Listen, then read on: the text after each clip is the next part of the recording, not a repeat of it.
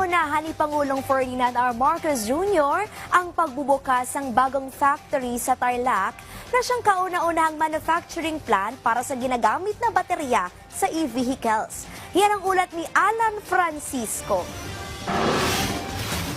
To the entire team behind the St. B. Gigafactory, thank you for taking this leap of faith with us.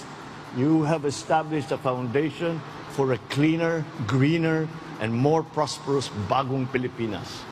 Yan ang target may sulong ng STB Gigafactory sa Capas, Tarlac. Nang pangunahan kanina ni Pangulong Ferdinand R. Marcos Jr. ang inaugurasyon nito. Ang kumpanyang ito ang kauna-unahang manufacturing plant para sa Advanced Lithium Iron Phosphate o LFP batteries. Ginagamit ito sa paggawa ng renewable energy at electric vehicle industries na mayroong kabuang 7 billion pesos project cost. This